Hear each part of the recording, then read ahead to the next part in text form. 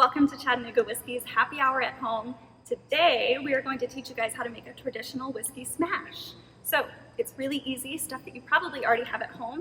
We're going to take 8 rocks glass and 2 fresh lemon wheels, put them in there, and then about 7 mint leaves, put those in there as well. And then you're just going to muddle generously. So don't be shy at this point. Definitely get in there. Make sure you're getting all of the juice and oil out of that lemon.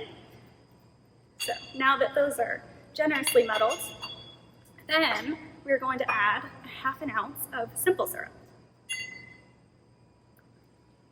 Now that your simple syrup is in there, the most important ingredient, which is our Chattanooga Whiskey 91.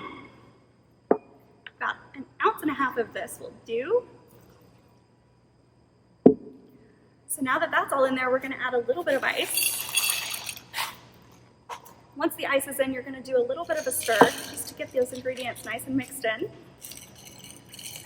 And now that everything's mixed together, there you have it, a traditional whiskey smash. So, cheers, stay well, drink Chattanooga whiskey, and enjoy responsibly.